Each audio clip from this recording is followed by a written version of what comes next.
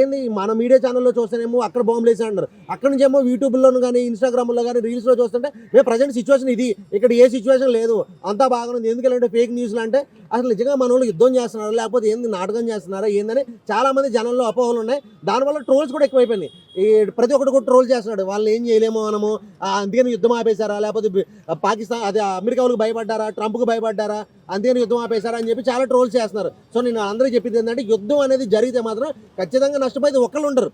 యుద్ధం జరిగిన ఇద్దరి మధ్యలో గొడవలు ఆడుతుంటే వాడు 2 దెబ్బలు కొడితే కనీసం వీడు ఒక దెబ్బనే కొడతాడు, కనీసం వాడికి దెబ్బలు తగిలితే మనకి దెబ్బలు తగులుతాయి. సో యుద్ధం అనేది మెయిన్ ఇంపార్టెంట్ కాదు, కావాల్సింది ఏంది యుద్ధం జరగకుండా ఆపడం. ఫ్యూచర్లో కూడా ఇలాంటి ఘోరాలు జరగకుండా మన దేశం మీదకి వాళ్ళు వచ్చి ఘోరాలు జరగకుండా ఉండాలంటే ఏంది, దానికి కావాల్సిన సిచ్యువేషన్ అక్కడ ఎవరి వల్ల జరిగింది వాళ్ళని అంతం చేయాలి, కానీ అక్కడ ఉన్న అమాయక ప్రజలను కాదు. సో మోడీ ప్రభుత్వం అయితే అదే చేసిందని నేనైతే అనుకుంటున్నా.